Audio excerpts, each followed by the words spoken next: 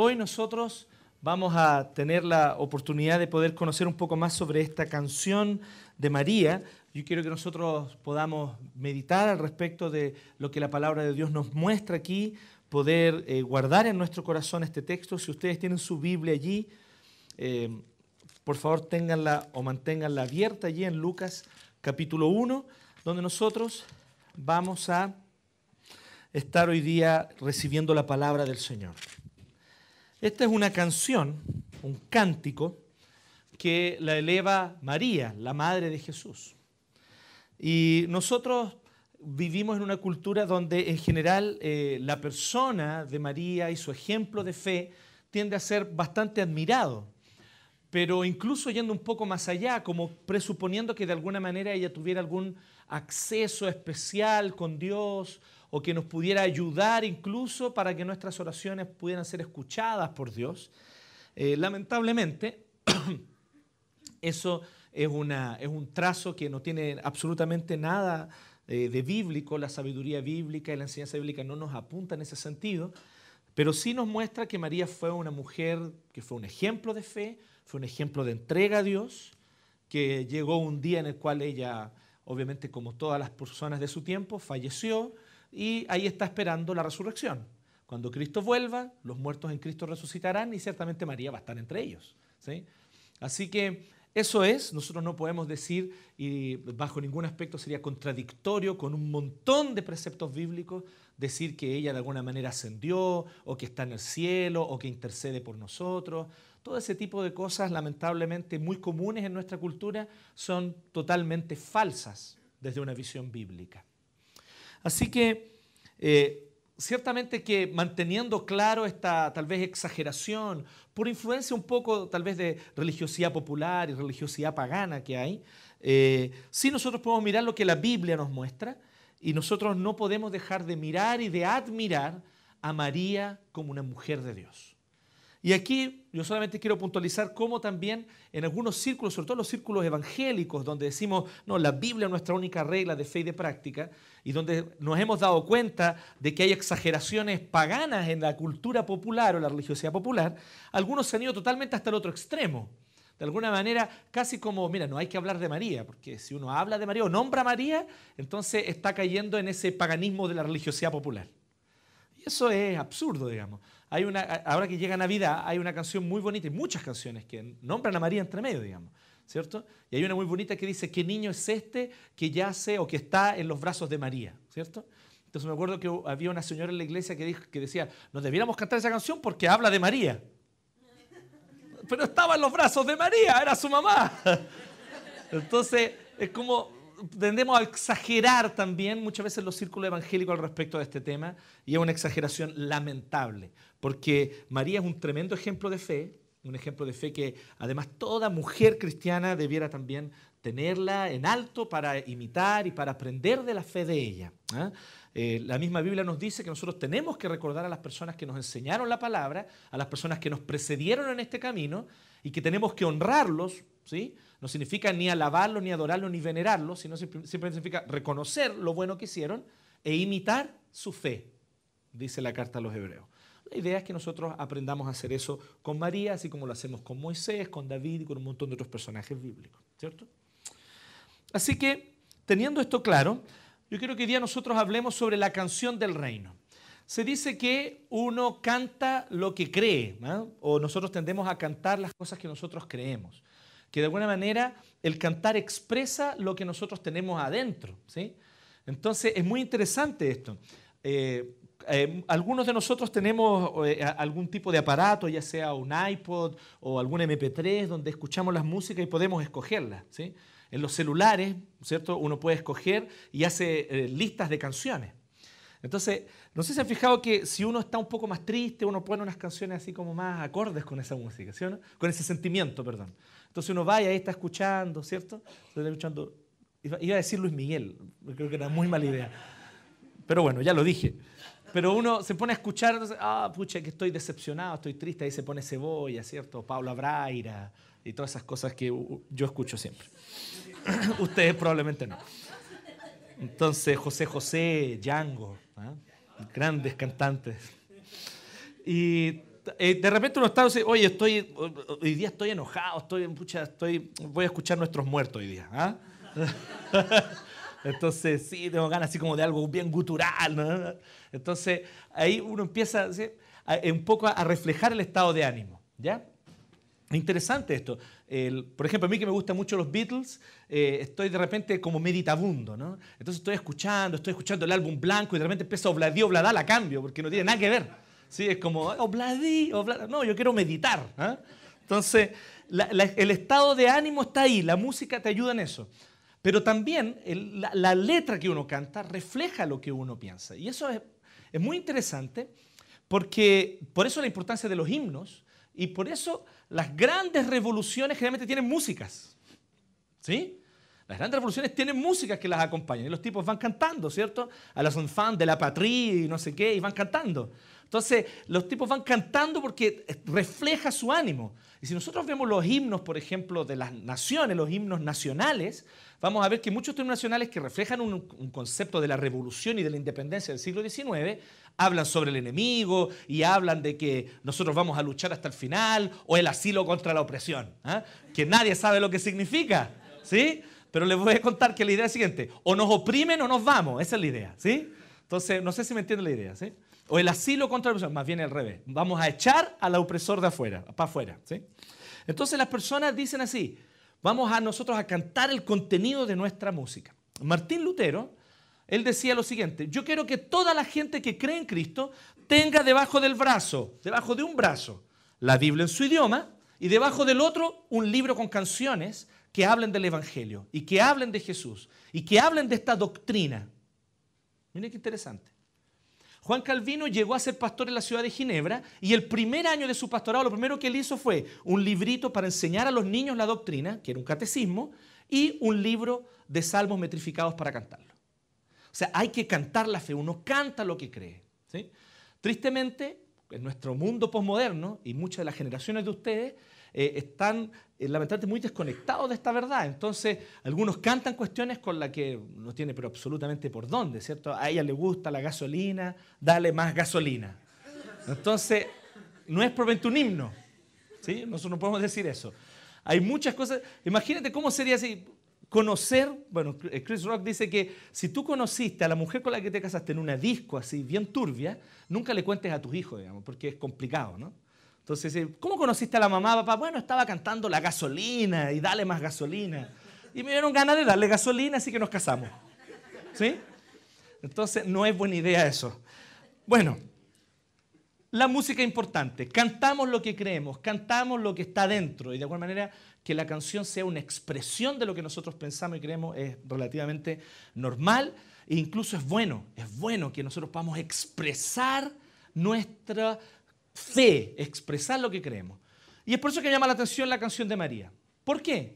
Porque la canción de María habla de su fe y nos muestra claramente cosas que ella creía y cosas que ella anhelaba. Y Lucas, inspirado por el Espíritu Santo, obviamente encontró que esta canción era digna de ser destacada, si no, no estaría aquí. ¿Sí o no? El Espíritu Santo inspira a Lucas para que él escriba esta canción que María eleva, donde María está expresando sus expectativas, sus esperanzas y cómo ella ve a Dios y cómo ella ve el actuar de Dios en su vida y en la historia. Me llama la atención que María, probablemente una jovencita, ¿sí?, una jovencita embarazada, así como la Danitza, ¿sí?, tenía una visión muy madura sobre las cosas de la fe.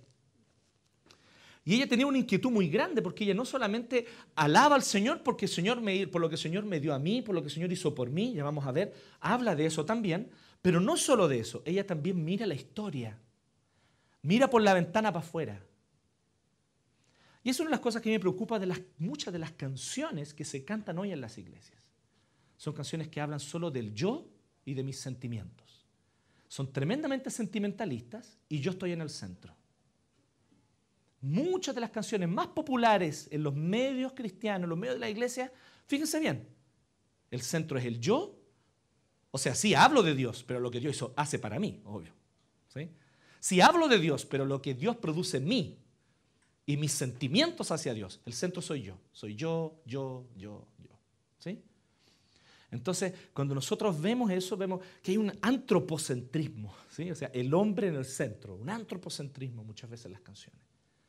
Pero María no solamente ella agradece por lo que Dios ha hecho en su vida, sino que interesantemente el protagonista de su canción es Dios, no ella, y la mayor parte de su canción ella se dedica a alabar a Dios por lo que ha hecho en la historia y por lo que hace en su pueblo. Tiene una visión madura de fe. La fe inmadura es la fe centrada en uno mismo.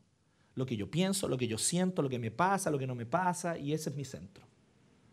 La fe madura ve más allá, ve la historia, ve a Dios actuando en la vida de los demás, ve a Dios actuando en su pueblo. Ve más allá de los sentimientos personales y del yo, ¿sí?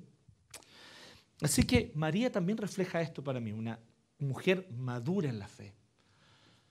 Lo primero que nosotros vemos, por lo tanto, sí, sin duda alguna, es que la canción del reino exalta la obra de Dios por mí. Sin duda alguna que es así. Evidentemente que este Dios es un Dios personal, ¿sí? Así que no se me entienda mal. Yo no estoy diciendo que no podemos cantar nunca acerca de lo que Dios hace en mí o de lo que Dios hace por mí. Sin duda alguna que lo hacemos. Lo preocupante es cuando es solo eso, ¿eh? Pero nosotros vemos que es importante y ella alaba por lo que Dios ha hecho por ella. Y miren lo que dice. Dice así: mi alma glorifica al Señor. La primera palabra aquí, en la versión latina de esta canción, es Magnificat. Y por eso a esta canción se le conoce como el Magnificat, ¿sí? Que es engrandece, porque es el primer verbo que aparece. Engrandece mi alma al Señor. ¿Qué significa esto? No significa que Dios está chico y lo agranda, ¿sí?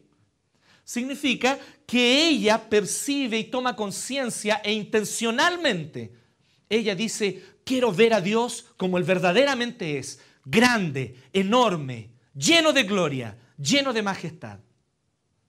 No quiero ver un Dios pequeño. No quiero ver un Dios que reacciona a mis iniciativas. No quiero ver un Dios que más se parece a un genio de la lámpara. Quiero ver al Dios soberano, dueño de todo, el verdadero Dios. Quiero que mi corazón contemple esa verdad de que Dios es grande. Y quiero en mi corazón sentir la realidad de la grandeza de Dios. Por lo tanto, eso significa engrandece mi alma al Señor. Magnificat, ¿sí? Magnificat. Y ella empieza a decir que su alma alaba al Señor porque su espíritu se regocija en Dios, o sea, en su espíritu hay alegría porque Dios la ha salvado. Fíjense lo que dice ahí: en Dios mi Salvador. ¿Sabes tú quiénes necesitan de un Salvador? Los pecadores. María está reconociendo que es pecadora. María está reconociendo que su pecado habita en su corazón, que en su corazón, por su propia naturaleza con la cual ella nació, ella está separada de Dios, que toma decisiones también día a día, que son más bien decisiones que la alejan de Dios, decisiones que de alguna manera son una forma de declaración de independencia contra Dios, que en más de algún momento en su vida ella no depende de Dios como debería. Ella está reconociendo que es pecadora, pero está reconociendo que Dios es su Salvador. Sobre todas las cosas, que Él la ha salvado. Por lo tanto, nosotros vemos que al exaltar la obra de Dios en nuestro corazón, cuando cantamos, si algo vamos a cantar, y si algo vamos a cantar de lo que Dios hace en nosotros, que lo primero que nosotros cantemos y aprendamos de María aquí, es a cantar acerca de la obra que Dios hizo por nosotros para salvarnos de nuestros pecados. Para salvarnos de nuestros pecados. Y esto es muy importante porque la obra de salvación que Dios ejecutó por nosotros es una obra en la cual Dios ejecuta una poderosa muestra de su amor en la cruz, en Cristo, en el Calvario. Yo no soy salvo por lo que Dios ha hecho en mí. Yo soy salvo por lo que Dios hizo en Cristo. No es un juego de palabras. Toda la diferencia está ahí. Toda la diferencia está ahí. El hecho de que Cristo haya venido a mi corazón, que su Espíritu venga a habitar en mi vida, y que mi corazón se abra para recibirlo como Señor y Salvador, es consecuencia de que en la cruz, sobre el Calvario, hace más de 2000 años atrás, Él derramó su sangre, pagando el precio del pecado que yo había cometido. Cristo fue castigado por la asquerosidad del pecado que estaba sobre Él. Y ese pecado que estaba sobre Él era el mío, porque Él es perfecto y jamás pecó. Y sobre esa cruz, Él recibió el castigo que me correspondía a mí. Por eso, que nuestra alma también hoy día pueda decir, te alabo, Señor, me regocijo en ti porque eres mi Salvador. María todavía no sabía todo lo que Dios iba a hacer. No sabía, y de hecho después ella termina sufriendo tremendamente al ver que su hijo va hasta la cruz sin duda alguna y muere, pero ella sí sabía una cosa claramente, que Dios proveía salvación y perdón para los pecados mediante los sacrificios en el templo, mediante el sacrificio de animales que derramaban su sangre y que eran un preanuncio de su propio hijo que iba a derramar su sangre. Ella por lo menos sabía una cosa esencial, que aunque era pecadora, Dios había provisto un medio para darle perdón y salvarla. Así que ella dice, mi espíritu se regocija en Dios, mi Salvador. Qué interesante esto, ¿no? Cuando yo enciendo una radio y la pongo la radio evangélica, cosa que nunca hago, pero supongamos, imaginémonos en otra dimensión. Entonces, y ahí empieza a sonar, yo empiezo a escuchar que las músicas tienen que ver con lo que Dios me hace sentir. No con la obra que Dios hizo objetiva e históricamente por mí en la cruz. Y está bien cantar eso, yo no digo que esté mal, el problema es cuando pasan 1, 2, 3, 4, 10 canciones y todas son sobre lo mismo. Y tú no sabes si el compadre le está cantando a Dios o a la polola. Un sentimentalismo que a veces incluso cae en un sentimentalismo barato. No nos extrañemos entonces. Cantamos lo que creemos. Cuando hay poca riqueza de la Escritura, las canciones que salen de allí son igualmente pobres. María tenía riqueza de la Escritura en su corazón. La riqueza de los salmos, la riqueza del relato de Dios que liberó al pueblo de Israel de Egipto. Había riqueza en su corazón, riqueza profunda, y por eso ella puede cantar, y canta de esta manera. Canta porque Dios también, siendo ella indigna, le da valor. Pero no es que María se supone que, hoy día es justamente 8 de diciembre, ¿no? María nació sin pecado. En toda la Biblia no hay absoluta referencia a algo siquiera cercano a eso. En absoluto. María nació pecadora, como nazco yo y como naces tú. Ahora, me saco el sombrero ante María, porque yo soy un enano de la fe al lado de ella. Admiro su fe, admiro su entrega, pero debe decir que nació sin pecado fue simplemente un momento de desesperación en el que el Vaticano sentía que los fieles se le estaban arrancando y dijeron, inventemos un nuevo feriado, inventemos una nueva doctrina para atrapar más gente, para que la gente no se nos vaya. Y si ustedes están dudando de lo que yo les estoy diciendo, les puedo recomendar algunos muy buenos artículos que cuentan la historia de cómo esta doctrina, muy reciente además, surgió, porque se les ocurrió por ahí el siglo XIX. 1900 años de cristianismo y de repente, nació sin pecado. Sí, es verdad. No nos habíamos dado cuenta en 1900 años. No es así la cuestión. ¿Eh? Entonces tengamos ojo con eso. Pero sí, tremendo ejemplo de fe, tremendo ejemplo de entrega, porque ella sabía, soy pecadora y soy pequeña. Soy pecadora y no tengo fuerzas. Soy de una familia que si no sale mi papá a trabajar, no vamos a tener que comer. Soy de una familia donde nosotros dependemos total, no tenemos ahorro, no tenemos tierra. Estamos aquí, trabajando y luchando en las márgenes de un imperio tremendo, de un imperio riquísimo, de un imperio lleno de poder, pero allí en las márgenes, en Palestina, esta pequeña mujer se admira de que Dios la haya escogido a ella para que el Salvador del mundo viniera a través de su vientre. Tremendo, ¿no? Tremendo. Existe la discusión entre los teólogos, ¿no? ¿María fue vientre de alquiler o fue inseminación artificial? O espiritual, perdón, no artificial. Ok, está la duda, ¿sí? Y nunca la vamos a resolver, porque además Dios no nos va a dejar que resolvamos dudas tan estúpidas, ¿no? Como que Dios le tiene paciencia a los teólogos, pero nunca tanto. No, eso no es importante. Lo importante es que el Mesías, el Hijo de Dios, nació de María. Entonces nosotros podemos decir que efectivamente ella alaba al Señor y dice así: Él se ha dignado a fijarse y desde ahora me llamarán dichosa todas las generaciones. Y en esto tenía razón. Que en nuestra cultura popular latinoamericana se nos pasó la mano, es otra historia, pero ciertamente que ella es recordada como dichosa, feliz, bienaventurada por todas las generaciones. Nos acordamos de ella y decimos: qué tremendo. Viene el Señor y le dice así: mira, voy a hacer esto y esto contigo. Y ella dice: que haga el Señor como quiera conmigo. Yo nunca le he dicho eso a Dios, ¿no entiendes?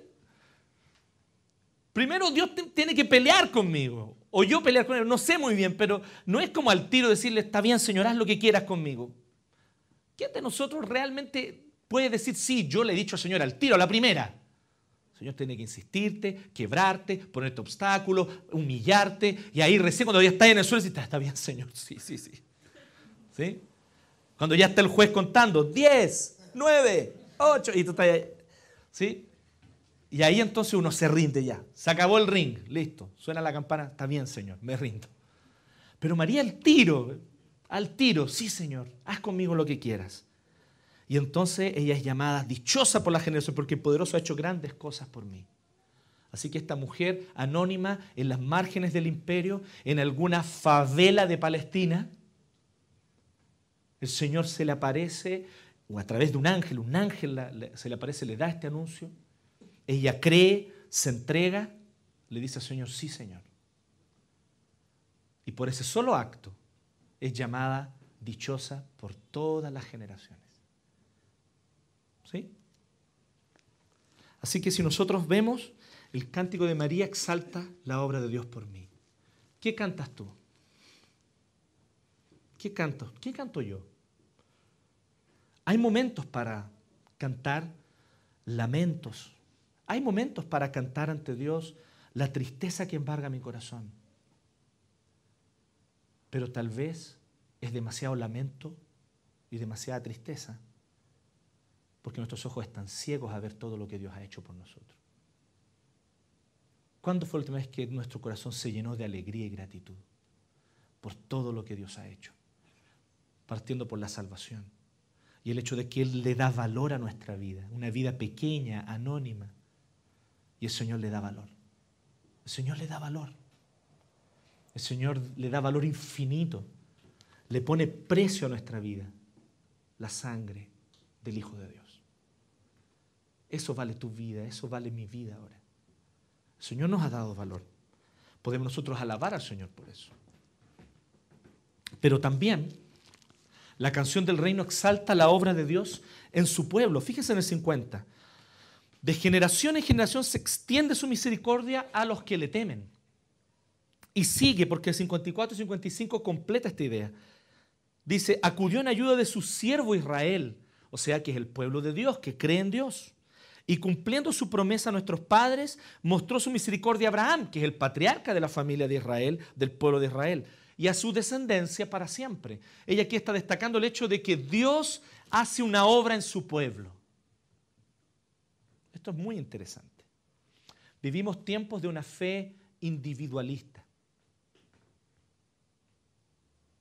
Tan individualista que si el Señor está trayendo bendición sobre la iglesia, no nos interesa. Solo me interesa si esas bendiciones me salpican a mí. Vivimos en un tiempo de tal individualismo donde nosotros no estamos o no formamos parte, efectivamente, de corazón, de la vida comunitaria. Y por lo tanto no nos alegramos por lo que Dios hace en las comunidades de fe en el mundo. Ni tampoco lloramos ni nos lamentamos con las comunidades de fe que sufren también por el nombre de Cristo en el mundo. Si yo estoy bien y cómodo, ok, gracias. Pero María estaba pendiente de lo que Dios hacía en su pueblo, en el pueblo de Dios. A María le preocupaba lo que Dios hacía en el pueblo. Y María se alegra porque ella dice así, qué maravilloso lo que Dios va a hacer. Qué maravilloso que el hecho de que yo ahora quede embarazada siendo virgen, un milagro, absolutamente un milagro. Qué maravilloso que esto va a traer bendición al pueblo. Es el cumplimiento de las promesas que Dios le dio a Abraham, porque a Abraham Dios le había dicho, en tu simiente serán benditas todas las naciones de la tierra. Y ella se da cuenta, ella sabe teología bíblica, ella conoce el Génesis y relaciona el Génesis con lo que está pasando en la historia contemporánea de ella. Ella entiende eso. Y ella ve, mira esta realidad y dice, qué maravilloso que el Señor esté cumpliendo su plan. Mientras su novio está a punto de dejarla.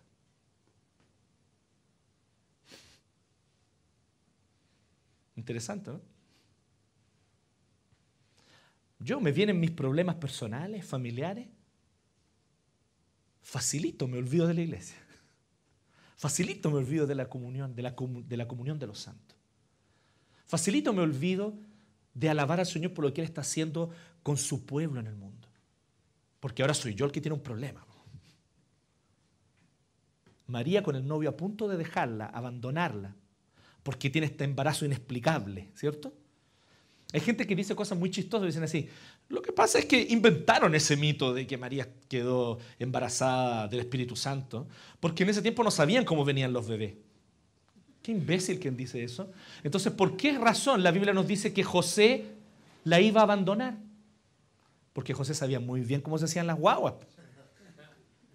Sabía muy bien, y por eso que él dijo, la voy a abandonar, y hasta en eso José fue lo más recto posible, fíjense, la voy a abandonar en secreto. ¿Saben lo que José podría haber hecho? Mi novia está embarazada y no es mío, ¡pum!, la apedreaban, muerte. José no quería eso. José dijo, yo me voy a arrancar en secreto. Así todos van a decir, oh, este compadre dejó embarazada a la novia, pero no me van a poder pillar, pero también a ella no la van a apedrear porque va a ser una víctima. Supuestamente, a los ojos de la sociedad, una víctima de este novio sinvergüenza que la dejó embarazada y salió arrancando. ¿Se entiende? Por eso es que la Biblia dice que José, porque era varón justo, decidió dejarla en secreto. Entonces, ¿qué tiene de justo dejarla en secreto? Es la única solución para un hombre que sabe muy bien cómo se hacen las guaguas. Y él dice, o la deshonro para que la maten, o me deshonro yo, pero que ella viva. Y José prefirió deshonrarse él para que María viviera. Cuando está a punto de irse, el ángel se le aparece a José y le dice, espera, fue el Espíritu Santo, fue un milagro, fue el Señor, es el Mesías, es el Salvador. Y de pasada, regístralo como Jesús. Eso fue. Y ahí entonces José, que también era un hombre de fe, él dice, ok, Señor, si tú me lo dices, ok, es eso. Por lo tanto, nosotros vemos que María, a pesar de toda esta problemática personal y familiar, ella se alegra por lo que Dios está haciendo con su pueblo. Dice, el Señor está trayendo su salvación, la simiente esperada. Dice que por generaciones, dice el 50, de generaciones en generación se extiende la misericordia. Alaba a Dios porque ella mira la historia del pueblo y ve que el Señor ha estado con ellos. Que emperadores como Antíoco Epífanes trataron de destruir al pueblo de Israel. Tomaban los libros de la ley y los quemaban.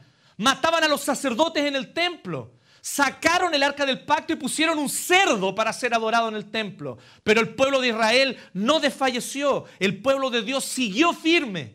Y ella ve la historia de su pueblo y dice, esa historia es mía. Y yo alabo a Dios de generación en generación. Dios ha sido bueno con nosotros. Vamos a aprender a alabar a Dios por las cosas que Él hace en su pueblo cuando también aprendamos un poquito de historia. Y aprendamos a mirar que no estamos aquí por casualidad. Que nos trataron de callar para que no estuviéramos aquí. Que trataron de prohibir que predicáramos la palabra de Dios. Que artículos en los principales diarios de Santiago y de Valparaíso en el siglo XIX decían que nuestras Biblias eran falsificadas para que las personas no las compraran y no las leyeran. Que hombres y mujeres de fe se paraban en las esquinas como locos a predicar y las personas les lanzaban las basinicas, con todo lo que tenían de la noche encima. Todo esto es real, yo no estoy inventando nada de esto. Y estamos aquí. Y el pueblo del Señor va a seguir dando testimonio hasta que Cristo vuelva. Y aunque la escena sea como la que está en el Apocalipsis, Moisés y Elías, que representan, simbolizan a la iglesia, en la plaza de Jerusalén siendo ejecutados, y el pueblo, todo el mundo haciendo fiesta.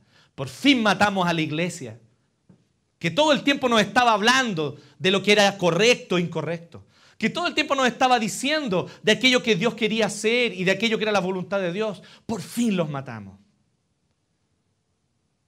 Pero dice que ahora en ese momento el Señor va a resucitar a Moisés y Elías.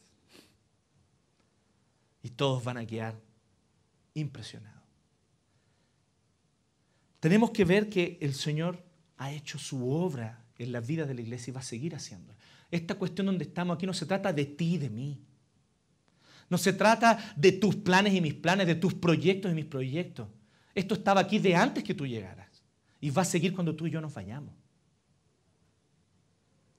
Pero nos cuesta ver eso porque vivimos en una época de personalismos, de individualidades autoexaltadas. Tenemos que comprender que hemos venido aquí para que Cristo se haga famoso, para que su nombre sea famoso. No el nuestro, no el tuyo, no el mío. María tenía eso claro y alaba al Señor porque por generaciones ha sido fiel y porque cumple sus promesas. Como decía, es la promesa que Dios le dio a Abraham. En tus simientes serán benditas todas las familias de la tierra. Y ella ve este anuncio y dice, esta es la promesa que el Señor había dicho. Esta es la simiente que Satanás persiguió todo el Antiguo Testamento. Y ahora esa simiente llega a mí. ¡Qué privilegio! Satanás intentó matar esa simiente varias veces.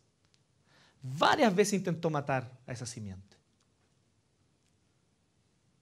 El faraón le dice así, cualquier niño varón que nazca, le dice a las parteras, mátenlo, mátenlo. ¿Qué creen ustedes que es eso?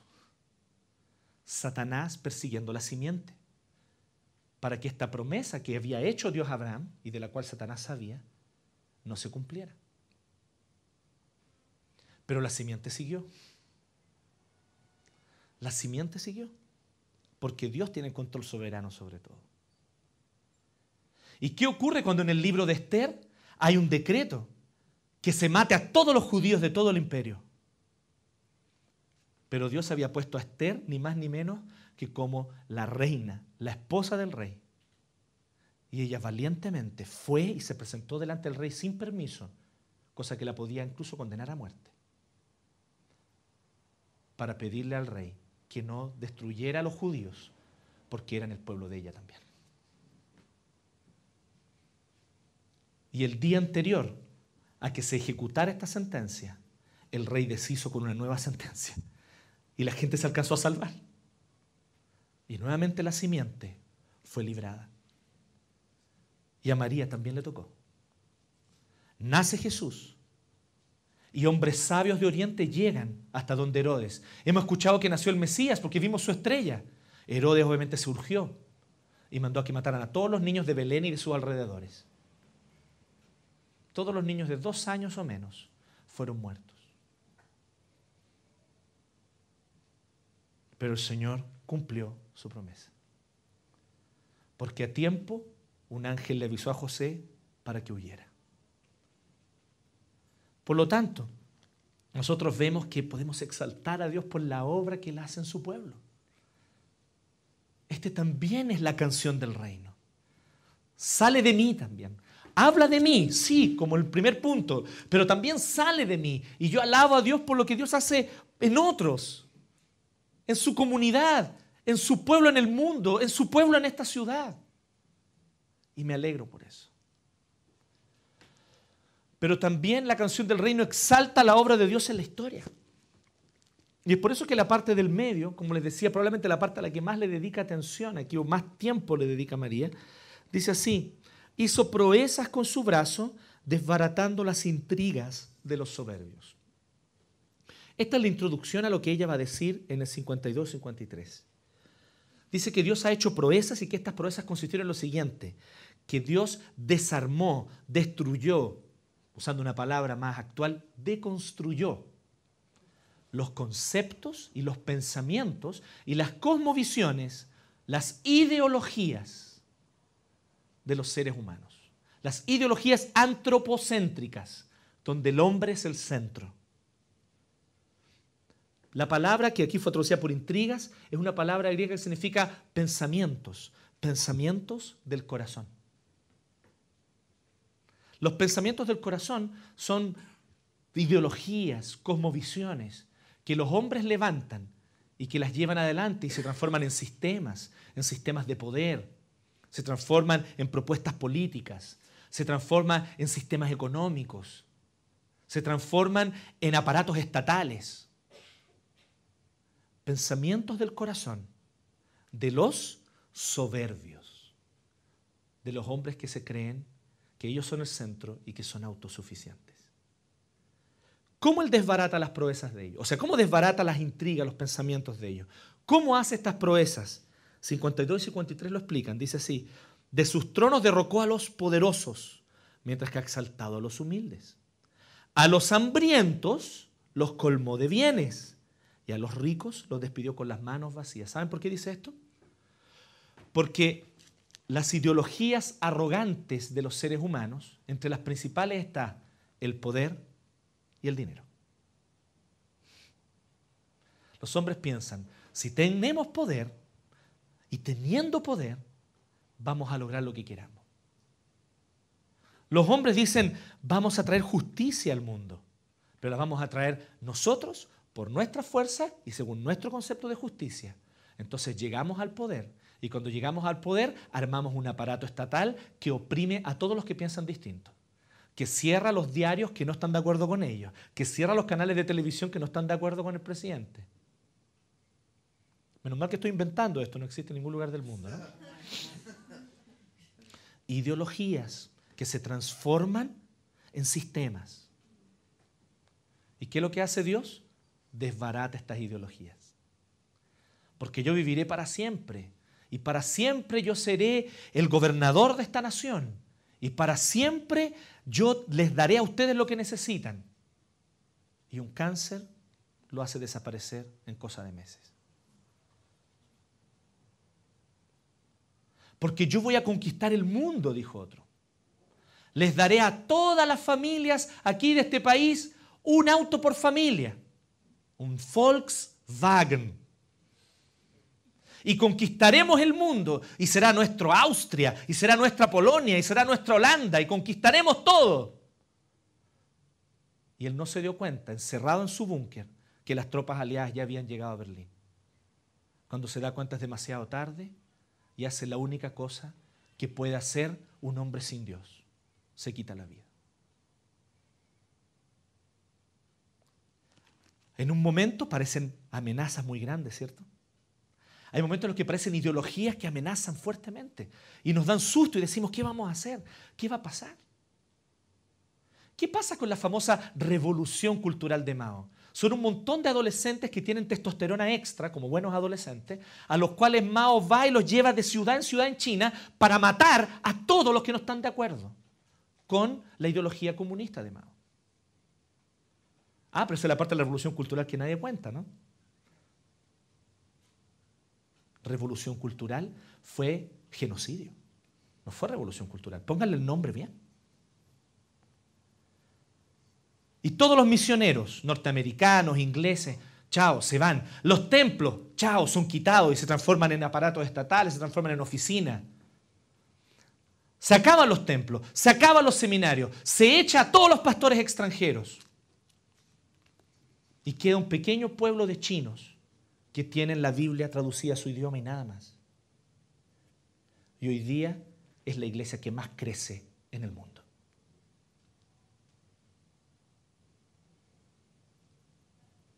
¿Qué es eso? Es Dios desarmando las ideologías humanas. Es Dios diciendo, no importa cuán arrogantes sean las ideologías humanas, yo me manifiesto en la historia. Libera a los oprimidos. Miren cómo dice ella se alegra. Esto es muy interesante porque María ve también el diario. María prende la tele y ve el canal 24 horas y empieza a darse cuenta que Dios está haciendo cosas. Dice, Dios está liberando a los oprimidos. Sí, los instrumentos que Él usa tal vez ni siquiera son creyentes en Él, pero Él usa los instrumentos que Él quiere para liberar a los oprimidos. Sí, tal vez los instrumentos que Él usa sí son creyentes y no hacen todo bien. No son perfectos, pero lo que hacen permite que haya libertad y justicia. Nosotros esta semana vivimos una noticia de la muerte de Nelson Mandela con 95 años. Y nosotros empezamos a decir, sí, pero él no hizo todo bien, no fue todo perfecto, no estoy de acuerdo con él en todo. Y está bien, no tienes por qué estarlo. De eso no se trata. Le pregunté a dos queridos amigos sudafricanos qué es lo que ellos pensaban y qué es lo que ellos me podían comentar brevemente sobre esto. Ambos son pastores. Y ambos están plantando iglesias, uno de ellos en Johannesburg y el otro en Pretoria. Uno es blanco y el otro es negro. Thomas dice lo siguiente: afuera de la casa de Madiba habían personas con la polera que decía nuestro liberador. Y él fue de verdad nuestro liberador. Él liberó personas y con un costo personal muy alto. Salió de la prisión después de muchos años sin odio. ¿Quién puede decir eso? Salió de la prisión después de muchos años para humildemente servir y escuchar a los que habían sido sus opresores. Para perdonar. Y eso lo hizo uno de los hombres más grandes de todos los tiempos. Pero liberador, necesitamos más que Mandela para un liberador. Porque el verdadero mal no son las estructuras sociales solamente, sino el origen de ellas es el mal que está en nosotros. Así que mi anhelo, dice Thomas, es que Madiba sea alguien imperfecto, que simplemente nos apunta y nos muestra que hay un verdadero liberador que resuelve el problema desde la raíz, nuestro Señor y Salvador Jesucristo. ¿Qué dice Oné? Oné, que incluso nació en Zimbabue, aunque se crió en Sudáfrica, me dice lo siguiente, no a mí, sino que me comparte una carta que le escribió a los líderes de su grupo base con el cual están plantando una iglesia en Pretoria.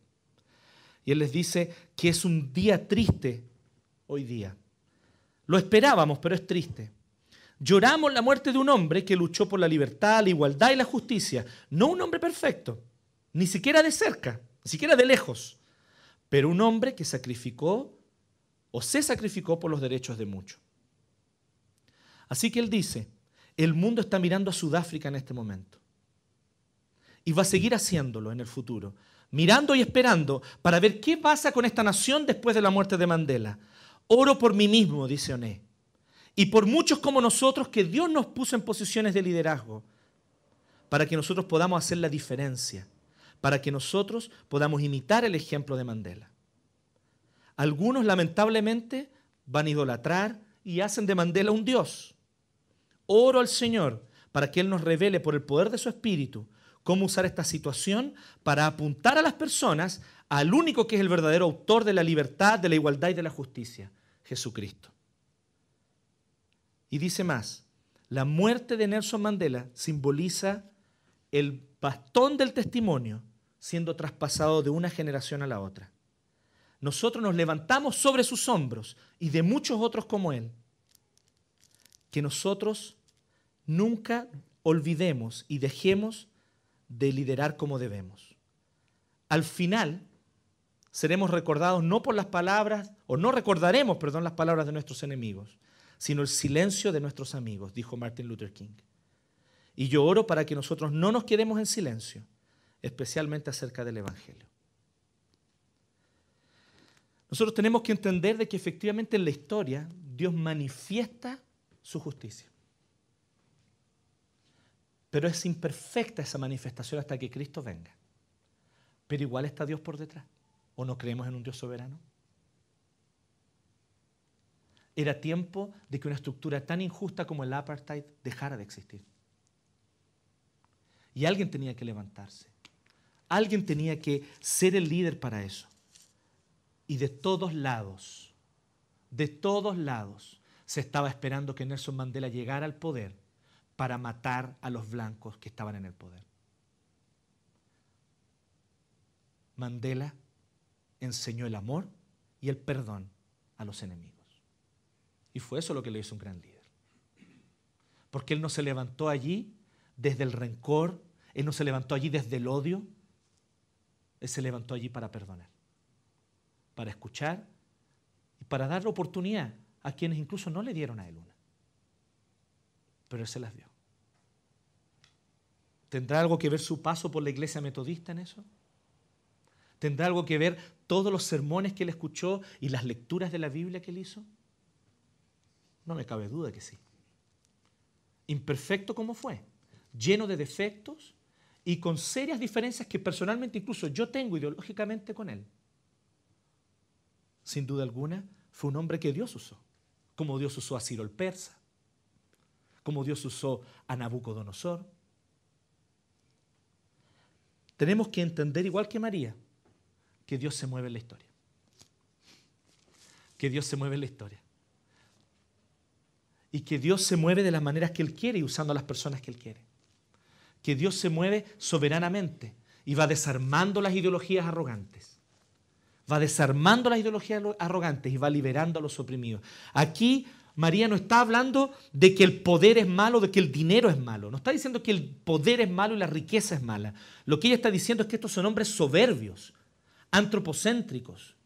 Son personas que se creen dueños del mundo y piensan que el poder que tienen y el dinero que tienen les da el derecho de dar órdenes a todos los demás. A ellos, dice, Dios los va a despedir con las manos vacías, mientras le va a dar pan a los hambrientos. Dios ve las injusticias. Dios sabe. Y Dios no las dejará pasar así. Esa era la confianza de María. Nada mala para una chica de 16 años, 17. Una fe madura que ella canta y que nosotros podemos, por lo tanto, aprender de ella. Pero ¿qué es lo más potente? Y aquí quiero hacer eco de las palabras tanto de Thomas como de Oné. Fíjense, los dos apuntaban lo mismo. Sí, Mandela, bacán, mucho que aprender de él, pero él solamente es un reflejo muy oscuro, turbio, roto del verdadero. María también, tremendo ejemplo, sin duda alguna. Tremendo ejemplo de humildad y de entrega. Pero ¿quién es el verdadero que se humilló y se entregó por completo? Es Cristo, que fue hasta la cruz y lo entregó todo, que desbarató las ideologías humanas. ¿Saben por qué? Porque Jesús nos dijo, bueno, vamos a esperar el momento y vamos a tomar el poder. Entonces vamos a ir a Roma y ustedes me van a proclamar emperador. Y yo como emperador de Roma voy a traer justicia. ¿Podría haber hecho eso Jesús? Y déjenme decirles que el imperio habría sido extraordinario. Obvio, si es Dios, es el Hijo de Dios, es Cristo. Pero Él no hizo eso. Él, probablemente el único con el derecho a haberlo hecho, no lo hizo. Él se humilló a sí mismo desbaratando las ideologías. Él dijo, esto no se mueve con el poder, no se mueve con la ira, no se mueve con revoluciones armadas. Esto no se logra llegando hasta las élites para controlar los sistemas económicos y políticos. Tampoco se logra así. ¿Saben cómo esto se logra? Dando la vida para servir a los demás. Porque Él dice que no vino para ser servido, sino para servir y para dar su vida en rescate por muchos.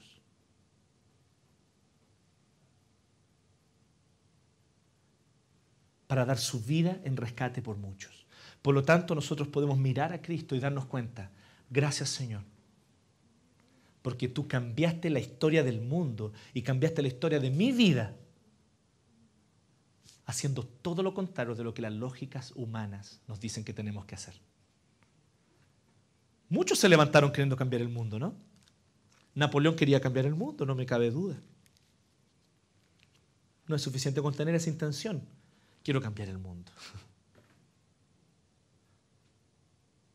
Muchos quieren de verdad y creen que van a traer justicia. Pero entonces usan toda la ideología humana y desde la ideología humana buscan construir sistemas, aparatos estatales de poder, sistemas económicos y buscan de esa manera poder llegar al poder, porque desde el poder vamos a cambiar las cosas. Jesús mostró que no se cambian las cosas desde el poder, se cambian desde la humillación, desde el servicio, desde el derramar la sangre. Y Él fue el único que al derramar su sangre cambió la historia de la humanidad. No estamos en el 2013 porque sí, es 2013 después de este hombre. Un anónimo en las márgenes del imperio que murió como morían los peores delincuentes. Porque en ese acto Él hizo algo que nadie más hace, ni podría, ni podrá jamás hacer. Cargó los pecados de muchos y les dio nueva vida. Y al tercer día se levantó de los muertos, resucitó. Y Él dice en el Apocalipsis que hace nuevas todas las cosas. Así que podemos cantar igual que María, mirando la historia y viendo. La historia avanza hacia un punto. ¿Saben cuál es ese punto? Cuando Cristo volverá y será el Rey de todo. ¿Saben de qué se trata la historia humana básicamente? De Dios desbaratando la arrogancia humana. Dios desbaratando la arrogancia antropocéntrica para manifestar al fin de los tiempos al único y verdadero Rey, a Cristo. Por eso que Él puede decir, yo hago nuevas todas las cosas, porque sobre la cruz Él mató toda la antigua creación en su cuerpo. Y al tercer día, cuando resucitó de los muertos, se levantó con un cuerpo nuevo, el cuerpo de la nueva creación. La nueva creación ya es una realidad, porque Cristo se levantó de los muertos. Y habiéndose levantado de los muertos, nos entrega a nosotros, los que creemos en Él, una nueva vida. Una nueva vida. Así que, ¿qué tal si captamos la idea y dejas de pelear con Dios, tratando de demostrarte a ti mismo, demostrarle a los demás, por la fuerza, por las palabras, por la inteligencia, por el esfuerzo, demostrar que vales? ¿Qué tal si te humillas a los pies de la cruz y dejas que Dios te ponga valor? El valor más alto, tú vales la sangre de mi Hijo Jesús. Así que si no lo has hecho, es tiempo de que lo hagas. Entrégale tu vida a Cristo, porque solo Él puede darte de verdad una nueva vida, un nuevo corazón. Ahora déjame avisarte, Él va a desbaratar, va a derribar tus pensamientos de los cuales estás tan seguro. Esos pensamientos en los cuales tú estás encerrado, seguro, te sientes bien, cómodo. Hablábamos la otra vez, un ambiente, un metro cuadrado higiénico, donde tú guardas tu vida y Dios te lo empieza a romper y a trizar, a romper y a trizar. Y tú te empiezas a enojar con Dios. ¿Por qué Dios me rompes mi vida? ¿Por qué Dios me haces pedazos mi vida? Porque cuando Dios produce una fractura es para que la luz entre. Deja que Dios haga entrar la luz. Los invito a orar.